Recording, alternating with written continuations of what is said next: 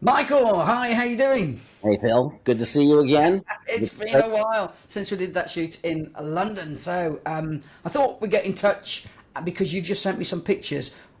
We used that fantastic Leica lens, didn't we, in London, and it really inspired me. And you've been telling me a lot more about Leica. You know a lot more about Leica than I do, but you sent me some pictures, and well, they blew me away. Well, these are some pictures that I did with the new Leica M11 monochrome, and I do have a little bit of an interest in wanting to get another M camera because I do have two M lenses, one of which you used, and you saw how fantastic the resolution and the pop was. You know, that famous Leica pop. So I went to Milan about a month and a half ago, maybe 2 months now, and went into the Leica store and pretty much signed my life away. And I was able to walk out the door with it for an hour, and They let you out. I mean, what does that camera retail at? about about $9,600, something like that. And Body only. well, yeah, the body only, and you have to basically let them have your credit card, and let them Yeah, and and the keys to your house. yes, sign something that they don't want you bringing it back with any cosmetic marks or scratches because they can't sell it as a floor model or new if it's got these marks on it. So they gave me an hour to run through a little bit of the central part of Milan by the Duomo, and I took what I thought was four pretty astounding images with it in the short period of time that I had with it. I was absolutely blown away as to how well the files were, the bit depth, the actual latitude of the files, and the quality. It was a whole new experience for me. Well, I got to say, you sent them over to me, and I just thought, oh yeah, look, Michael's got an M11, and he sent me some pictures, and then you open them up. You know that one by the gate, that carved gate. Let's just put that up on the screen Sure. for the moment, and so everybody can take a look at that. And wow, I mean, look at the detail. It's absolutely, well, it's just astonishing, isn't it? Yeah. Well, when you look at it and you can actually see. I mean, I focused on the gentleman that's looking at the doors, but if you look at the bronze, you can actually see the marks where the founders were, scraping it and other things. Let alone you can see, pretty much that the guy needed a shave. The guy that's looking at those doors needed a shave. Um, That's but sponsored by Gillette. but remember the one thing is that I shot this with that 35 millimeter Summilux aspherical FLE lens at 1.4. Right. Okay, 1.4, and like I said, it blew me away. Yeah, I mean, the bit that I like is that little bit just behind the guy, that lighter, is that marble, but with the contrast on, and look at the tones in that. It It's just astonishing amount of tones. Look, Well, you are the king of contrast, I have to admit. But when I pulled this thing off the card, I was taken aback. I mean, I didn't really even need to do much to this in camera raw, because I shot the DNGs. I don't normally shoot the JPEGs, and when you get a picture that comes out like this, it I mean, what a starting point! What a starting point! To it's virtually. I mean, it's there, isn't it? yeah. You could maybe argue that in the edit you'd maybe bring those light tones on the right hand side there, perhaps down a little bit, and make Yeah. that's I left that in there purposely because I wanted people to see the tonal range that this yeah. thing has. I mean, I don't think, and I know that this might get some pushback from some of your viewers. I don't think that film could have made this picture. I think that film would have not had. Ooh, that's an interesting one. That's an interesting one. That's Yeah. that's my feeling. I mean, when you look at the blacks and you look at the white, and I made sure that I had tones across the entire spectrum there, the entire grayscale. I got a white and I got a black. Yeah, it you'd need to be doing a heck of a lot of dodging and burning with a negative, and probably even a minimum 2.25 or maybe even a 645 to get this detail. It does look like a 645 shot. You know, I had a Mamiya 645 in the 80s, and actually, funny you should say that. I'm getting my words out. That actually, you know, that grey area I'm talking about there, that reminds me of the kind of tones you get from a 6.6 or a 6.45. So we're talking here, folks, about medium format film cameras that are taking images on, what we call them 2.25 square inches. You know, that would be the size of your negative, and obviously that gave you a lot of detail and very, very fine grain, because you weren't enlarging the picture as much as you were with a 35mm, so less enlargement. Then you had 5.4 by 4 inch negatives in plate cameras, and 10 by 8, can you believe? All you made on those was a contact print. You had a negative that was 10 inches by 8 inches, and you made a contact print. That's what the likes of Ansel Adams was using, you know, to get those He used stunning images of Yosemite. Yeah, Which is why they got all the detail. But yeah, you're right. I mean, this is, you know, a 35mm camera giving a kind of 2.25 look, isn't it? It's so you know, good optically. I saw I didn't even get a chance to chimp because of the short time frame that I had to return the camera to the store. So basically, I was just running and gunning. I was out, you know, I was running and gunning and trying to take as many interesting photos as I could. And it's a wonder, with a camera so expensive, running around Milan, that somebody didn't think you'd nicked it. Yeah, well, you know, I had to, believe me, I signed my life away for that thing, but it was worth the test drive. Let me tell you, it was worth the test. Yeah. And what did it feel like in the hands? It felt just like a Leica does. I mean, all business, beautiful feel to the hand. Using I use the viewfinder to do my focusing, and my eyes are getting a little bad in my old age, but I was still able to focus, quite quickly. I think that the rangefinders still have a place in photography, particularly when you're trying to be stealthy. And I think that you can focus quicker with the rangefinder than you can when you're using the new things in the newer cameras, where you see the the stripes, the striping. So I fell in love with it. I mean, I'm not going to sell my M lenses anytime soon. Hopefully, in another year or so, there'll be a number of them available, and maybe I can get a good deal on it. Yeah. Okay. Well, I want to have a look at another one of your pictures here. All right. What's next? And I want to talk about the picture of the woman taking the selfie. Picture of the woman taking the selfie. My God. You know I was going to pick this one out, because this one won't be me. Because in actual fact, Michael sent me this picture of a woman in the shopping area taking a selfie. And then he sent me this picture, which is the blow up from the screen. And you'll notice on this blow up on the screen, there's some pixelation. You know why? Because I've had to pixelate her name and details out, because I can't put that on YouTube, because it is so sharp that we actually on the screen not only see her, but we see all her details. So how amazing is that? Another frame done at 1.4 with the 35, and this one blew me away. I had just enough time to take 2 images. It was this one, and then the second image, it was already over.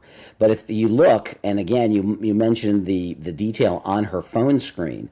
If you look hard enough, you could see that her finger is probably less than a millimeter away from actually taking that selfie. She had tried to take that selfie in a few other a few steps away, but people kept walking through, and that's why I said to myself, I really would love to get a picture of this person taking a picture, just so I could see what the resolution looks like if I can focus on the screen. If I'm a fast enough focus, maybe I can get this.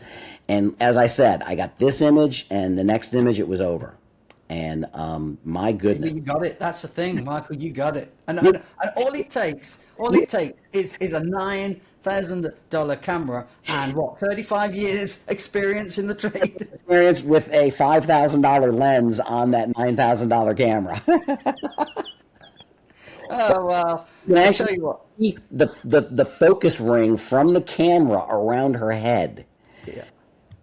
Well, it's just absolutely incredible. And for those watching that don't know, Michael and I are both professional photographers. I've done just 40 years next year, actually 39 years as a professional photographer. Michael, you started round about the same time. I started a few years earlier than you. My first professional job I did in 1979. Wow. Right before I graduated from high school, I did my first professional job. Wow. So that means you've got 44 years experience. Yeah, 44. I'm only going to take credit for the 22 and a half that I worked at the big institution in Washington, D.C., but no, I'm kidding. That's what I'm getting paid my retirement for, was the 22. Okay. So just so that people watching this know, we've got a little bit of experience between us, sort of getting on for 85 years experience in the photographic business, earning a crust, which is very different to taking these pictures, isn't it, Michael? We were talking about the other day. I think the big takeaway that some of the viewers need to see is, even with all the experience two old guys like you and I have, we've not soured on photography. It's still a passion of ours. But B, and most importantly, you and I learn something new almost every day. I had heard the hype about this camera, and I just said, there's just no way. Yeah.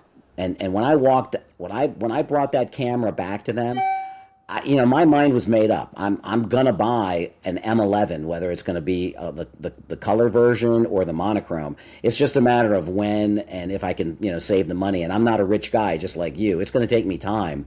But again, you and I learn something new every day. And who knew? When and you and I were at the beginning of digital. You and I, luckily for some of your viewers, they've been able to jump on the digital mirrorless bandwagon, and it hasn't been a painful experience for them. Yeah. Guys like you and I, who had old film gear, and we had to transit over to first DSLRs, and then had to transit over to the mirrorless that's out now. That came at considerable expense down the road. Well, it was expense, but I don't think people necessarily kind of realize or understands, not perhaps too strong a word, but there wasn't a seamless switch between film and digital. There was a good 7 or 8 years for me as a professional in between going from film to going to digital, and that was film scanning. So we were at a halfway stage. Film scanners came in way before digital backs. You're absolutely right. So the newspapers, and I worked in newspapers in those days that I worked for, had gone digital in their production facilities. So now the pages were made up digitally on screen, but the cameras we were using were still film cameras. So there had to be a way of getting those pictures.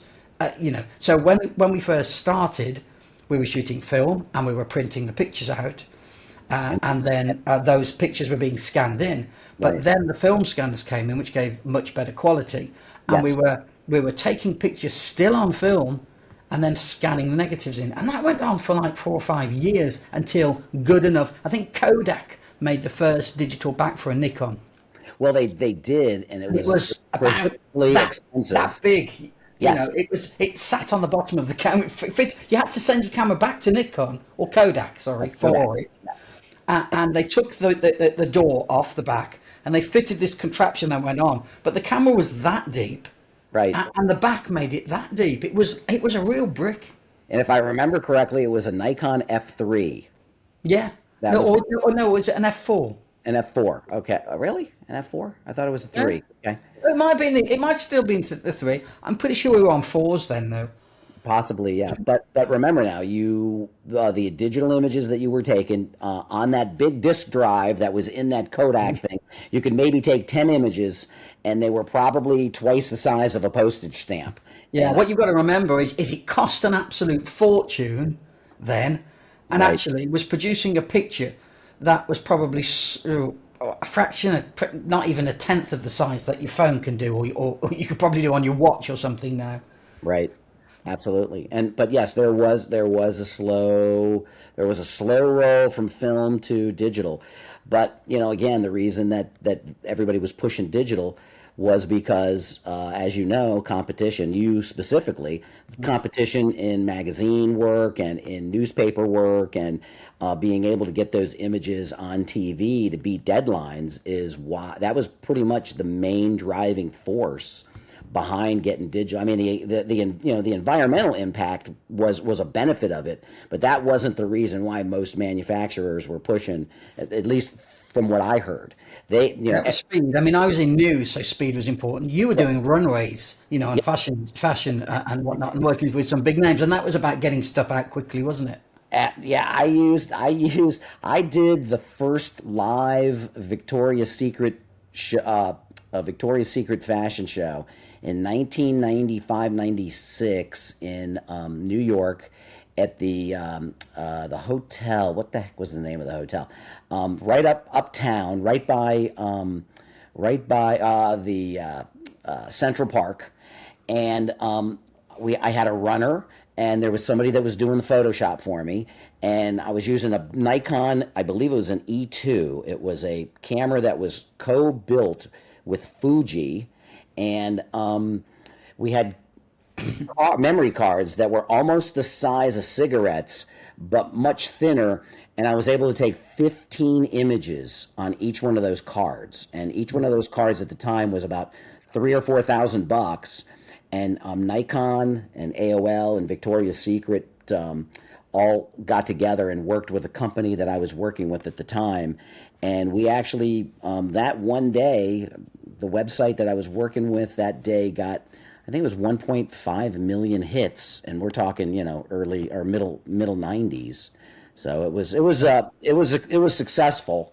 That's very successful. Then, if you think about it, not that many people had computers. Maybe one household had a computer, and that was the old dial-up tone, wasn't it? There, with the 1200 or 2400 baud rate. But one day I should send you some of those. I still have some of the original photographs from that fashion show, and I believe it was Heidi Klum's first runway show in America. Okay, well, look. Well, say to the viewers, if anybody would like to see those pictures, leave us a comment down in the comment section. Look, we're a couple of old guys that love photography, that have had a whole lifetime of working in photography. We've got some experiences, and we've got some memories, and we've got some thoughts about what we're doing today to share about new equipment, old equipment, how things work. If there's anything that you would like us to talk about, share with you, anything that you'd like us to give our opinions on. If anybody's interested, leave us a comment. And now we've discovered that we can actually talk together, despite the fact that there's often a large body of water between Italy. Michael and myself. I'm here in the UK. You're at the moment in Venice, yeah? Actually, I'm a little north of Venice. I'm in a town called Colignano, Italy, Okay. which is famous for the Prosecco. And I'm going to try to do some. I know it well. Try to do some documentation of when they do the grape harvest, and that's going to happen in September. Yeah. I don't know the area, but I do know the Prosecco very well, I have to say. The Prosecco. I love that. It's the Prosecco. It's pretty funny. So, But you're back in the States again soon, so you're doing some photography there? I'm gonna be back in the States. There's a couple of models I think I'm gonna photograph. It's not gonna be too heavy. I'm gonna be working on trying to either rent or sell my house, because I think that I'm going to be moving to Europe. Okay, so what you're going to be looking to shoot on? I'm bringing the Nikons with me. As you know, or I don't know, maybe your viewers don't. I shoot both Leica and Nikon, and I do a fair amount of portraits with both both of them. But if I'm shooting fashion, I have a little more flexibility with the newer Nikon lenses, in that they're a little faster as far as the apertures are. And as some of your viewers will know, I'm going to be bringing that 85 1.2, and I'm going to be bringing the 50 1.2, and probably the 70 to 200 and the 24 to 70, and that'll probably be it. So with those Okay, well, 85 1.2, if you're new to this channel, Michael and I were in London earlier this year, and you bought that 85 at 1.2, and we did some street photography with it.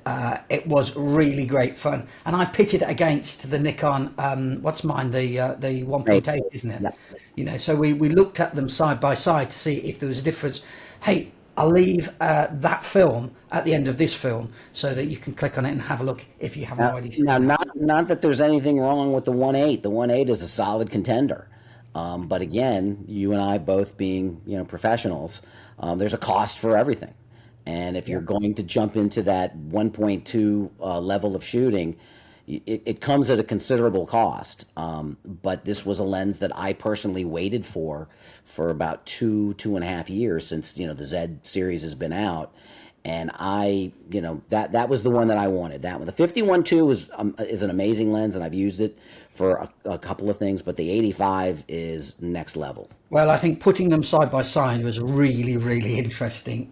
It's something I didn't quite expect to see. And again, I'm not going to spoil it for you. If you want to see that, I'll leave a link in the description, and I'll leave a promo film at the end of this film so you can click straight onto it to have a look at that. So let's get back to Leica. I'm going to put another picture up now on the screen, and it's the kind of shopping picture. And again, this really does show the Leica off to to its best, doesn't it? There's just so much going on. It's able to record so much.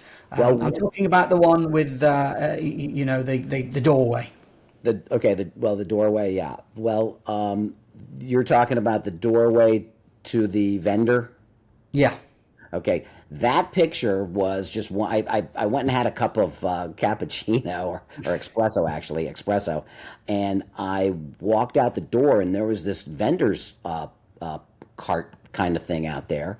And I said, if I'm going to be able to take a look at how good the resolution is of this lens, that's probably a picture that I should shoot, because it's almost like a lens resolution chart, I thought, when I looked at it.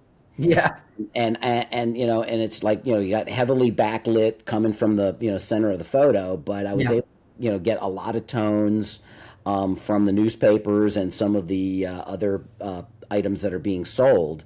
But what I sent you, and what your viewers should look for, is there's a T-shirt on the upper level that says Milano, Italia. Now, if looking at it on our computer, we can just see that it's like this little blotch of something. It looks like maybe there's a bug on that T-shirt. But when you I'm going to zoom in right now, and it says, 15 euros for that shirt. 15 euros, yeah. Hey, we should give this guy a call, because we're doing a great promo for his T-shirt store.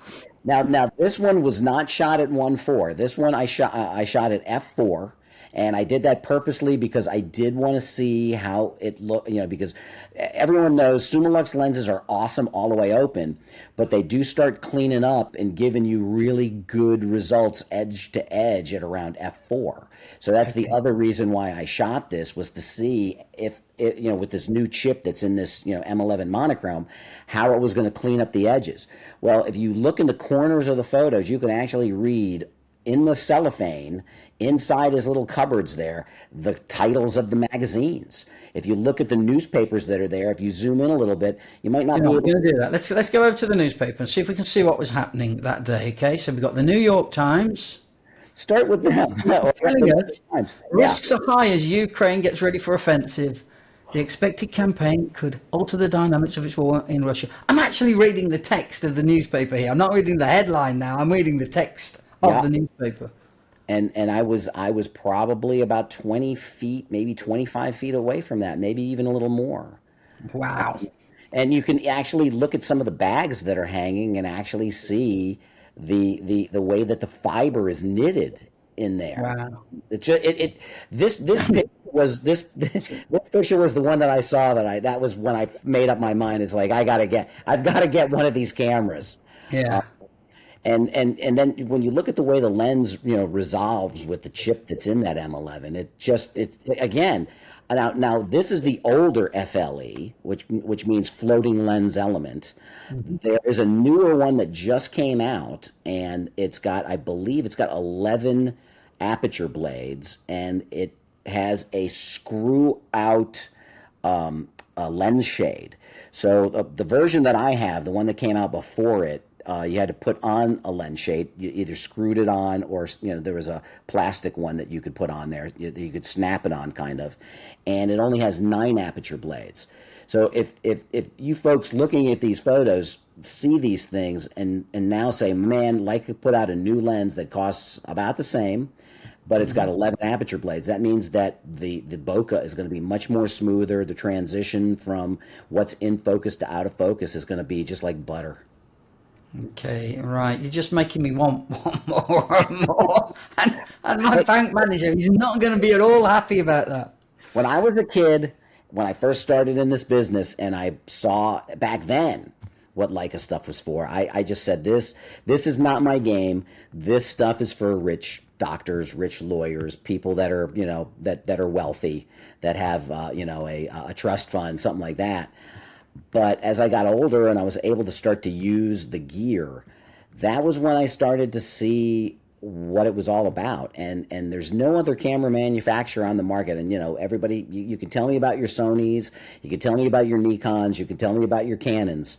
But I'm telling you, if you take a picture of the same thing side by side and you look at that Leica lens, there's just something inherent in that camera's color magic, and in the way those lenses are designed and the formulas of the actual optics that just make it that much different. And well, that's interesting you say about that color management, because when we were in London, not wanting to give too much away, but what I couldn't understand was that I, through an adapter, had put that Leica lens onto my Nikon camera and was getting a completely different picture than I was getting in the same place. I was getting a completely different picture, and it was the colour. I was saying to you, Michael, what's it doing to the colours? I don't understand this. How am I getting this? It looks like a National Geographic picture. It's just, wow, what's happening? And you told me, well, that's the Leica Pop. It does the same thing when I put it on the Nikon cameras, and that's the whole reason why I'm not going to get rid of those M lenses. Of course, until I win the lottery and get the newer ones. But those damn lenses they do something special to whatever camera that you put them on, and that's just what I found. And they're not scientific tests. You saw it with your own eyes. I trust your eyes. 40 years in the business. My eyes, 40 years in the business. I've got friends 20, 30 years in the business. And in the beginning, they all thought it was kind of funny. They said, dude, come on, aren't you a little old to be playing games like this? And then all of a sudden, some of my friends were calling it Michael's Leica shtick, like it was kind of a comedy thing. But they all looked at the pictures and they all started to admit, there is something different about putting it on a Nikon or on a Leica, and then comparing it. It's just different. Yeah, well, it certainly was. A couple of things I want to cover just before we finish. Firstly, we talk about colour, and I mean that was the thing. I mean, yeah, these are very, very sharp and whatnot, but I'm talking about colour now with the Leica, which is astonishing, I think. And yet, you've taken out a monochrome version here. Would you go if you won the lottery and you're going to buy one of these cameras? Would you go for the monochrome? Would you go for the color? If I won the lottery, I would buy both. Because no. We're going to push you. We're going to push you here. Which one would you do? Well, since I have some SLs that are really great, I would probably go with the monochrome. I would go with the monochrome because then I would be able to upgrade my SL to the new SL if and when it comes out with the 60 megapixel chip. But judging by what I saw, the M11 monochrome and the latitude and the quality of the image from that camera, it just, again, it astounded me. I was hesitating when I was handing the camera back because my mind was thinking, what do I got at my house that I can sell? And then goes the dog.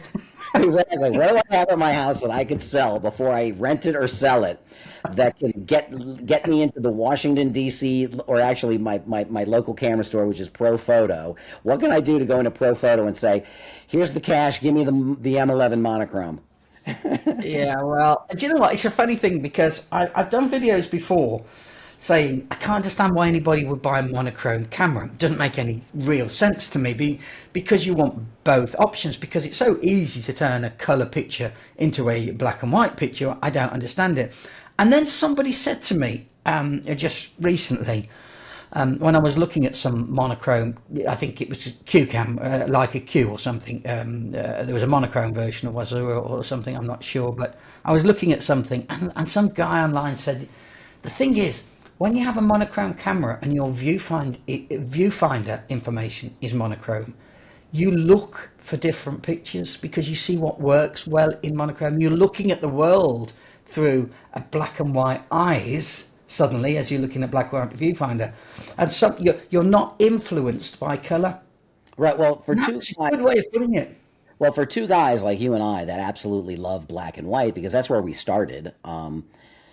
The other thing that people don't really realize about what a monochrome what happens with a monochrome chip is that they don't put that RGB array of sensors on there, which means that it expands your dynamic range and it actually gives you some of the wildest ISOs that you will ever see in your life. They handed me a photo that was maybe a 14 by 11, full 14 by 11 printed out, and they said, what ISO do you think this was shot at?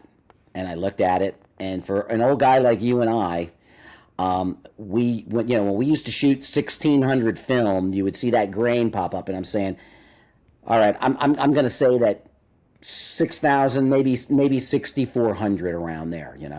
It's like almost 200,000 ISO, and it looked great. Wow, really? Yeah, like I said, if you go to the Milan Leica store, they have that print there. Tell them you want to see that print because that was a mind-blowing. Before I even said I wanted to use the camera, that was what they handed to me, and it's just like, and this was shot on the M11, and they go, yeah, almost in total darkness.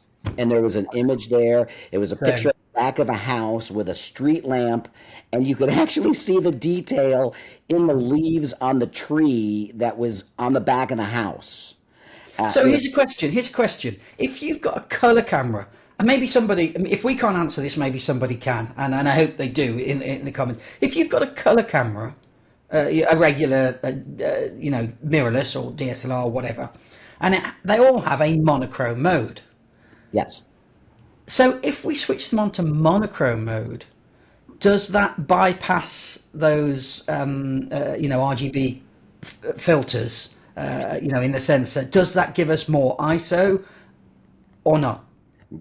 From what I know, and I shoot my little Leica Q2 in monochrome all the time. As a matter of fact, the wedding that I shot for a friend of mine this Saturday, I shot the Q primarily in black and white and the Nikons in color. If you open that thing up, the DNG shows black and white because that's what it's telling the software, but it reverts right back to color if you want it. So it doesn't then. So it's still strip out any of the RGB, which means that it doesn't really give you that boost. So all it's doing is desaturating the image. Yes. It's processing it in the same way as a color picture and then deprocessing, which is where these Leica monochromes come in, because they're not doing that. They're not capturing color at all, and they can just give you a dedicated black and white image with all the extra high ISOs, but also they allow you, to see the world in black and white. And it's quite interesting because if you do, try this, viewers, give this a go. Turn your camera onto monochrome and start looking at the world. Start panning around when you're at a job, when you're somewhere taking some pictures and you're doing your regular color pictures. Flick it onto monochrome and have a look. And it really is quite startling that the areas that perhaps you thought the light was really nice in, maybe, black and white will show you there's some other areas around you where the light's extraordinary that you missed in color. Sure. Well, the other thing is that where some of the imagery that you shoot when you've got blown out backgrounds, when you shoot color, it kind of stands out like a sore thumb. But if you shoot in black and white, that usually transitions to, I mean, unless it's really blown out, to more of a lighter gray, which Yeah. doesn't really stand out, more like a sore thumb. As the wedding that I shot, the ceremony was actually done outdoors at 3 o'clock in the afternoon. And, shooting when the sun is that high and, on a bright summer day, Yeah, it's hard. it's like, it's like wrestling a 900-pound snake. Uh, but, but, You heard it here first, folks. but, Photography with a high sun is like wrestling a snake. exactly, at I'm 900 gonna get pounds. that. I'm gonna get that T-shirt made up, Michael. Well, you should. I actually shot a couple images where, my subjects were in the shade, but the background is all, blown out. Yeah. But, because of the latitude of these new chips, you could bring it down so that you can transit the background into a light gray, or something that doesn't just, stand out as a bad spot of color. Yeah, and that's where you were going to. I suggest when you talked about your big controversial comment today, where you said that you would take digital over film. Yes. And that's that picture we looked at when you said I don't think a film camera could create this. You're talking about the dynamic range there of modern cameras, the fact that they can capture such a massive dynamic range. Without a doubt, without a doubt. Again, I respect people that shoot film. I shot film for 30 years.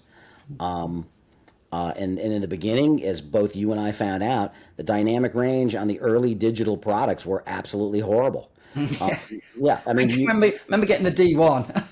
yeah, well, yeah, again, it was great that you could turn around a picture right away, but don't try to light something with an umbrella or, I mean, you literally, fluorescent lights sometimes would blow out your highlights. I mean, Yeah, people, no, they would. I tell you what, this would be interesting. If any viewers are interested, I've got a D1 somewhere in that cupboard there. You want me to fish it out and take some pictures with it, just so you can see what the first digitals actually look like. These were game-changing cameras. They changed, the face of photography. And companies like Kodak, went down. Some of the biggest companies in the world because they weren't prepared to accept that it was going to challenge them.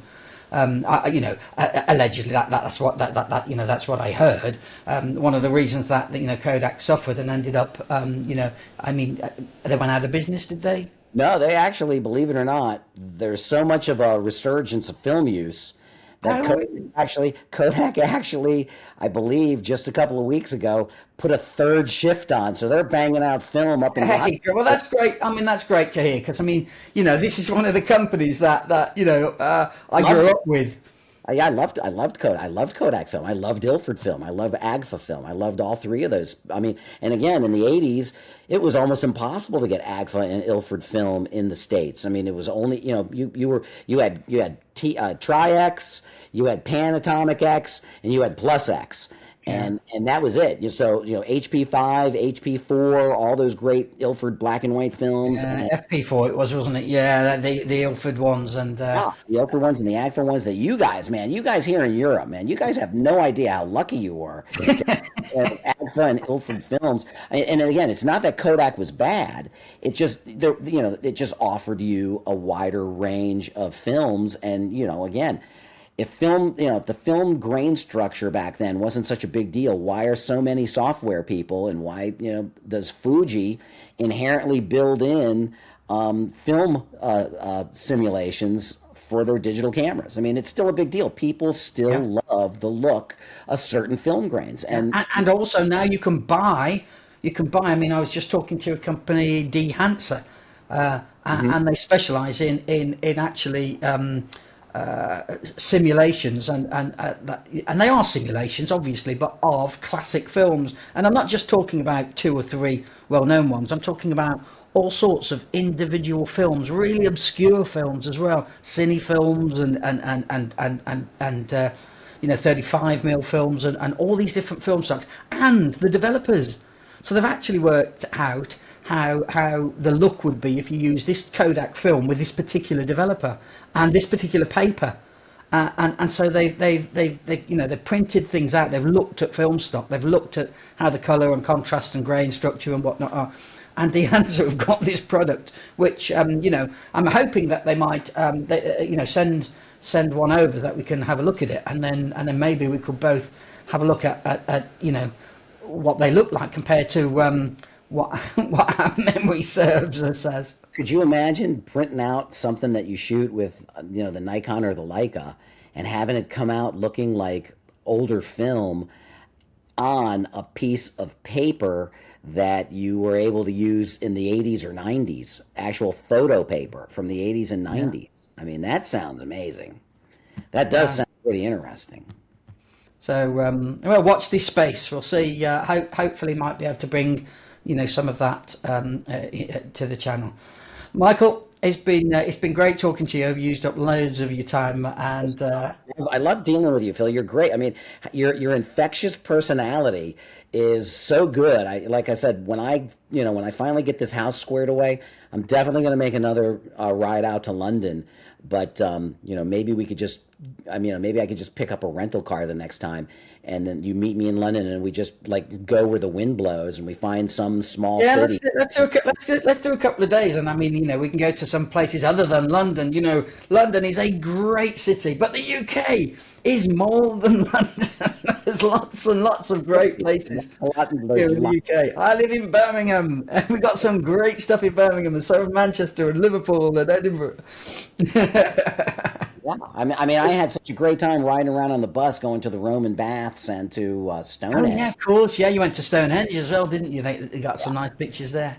So again, I would love to be. There was a couple of small towns that we saw on the way to some of those cities that would have been great places to stop off for a couple hours. I'm sure that there's some people that are doing some artisan things that nobody's taken pictures of before that we could probably do some really great portraits of while they're also as I mentioned in a video quite recently on the channel, that how are you going to be a great photographer nowadays? Because wherever you go, there's 100 other people with cameras taking pictures. To stand out, you've got to be a great photographer to come up with something, some lighting, some angle, some different way of shooting something that there are thousands of people have shot even that weekend. You go somewhere like Shakespeare's Stratford, there are streets of Tudor houses that all sorts of shapes in blacks and whites, and they were built in the 1500s. But so many people have taken their picture. How are you going to get one that hits the magazine front cover? That is being a great photographer. Yep. Just like Steve Jobs said, be different. Absolutely. Look, we're just hitting the 45 minutes. It's been absolutely great talking, Michael. I can't wait till next time. Again, folks, if there's anything you want us to talk about, please leave us a comment. Thanks very much for coming. And, let's see everybody next time. Take care, folks. Take some photos.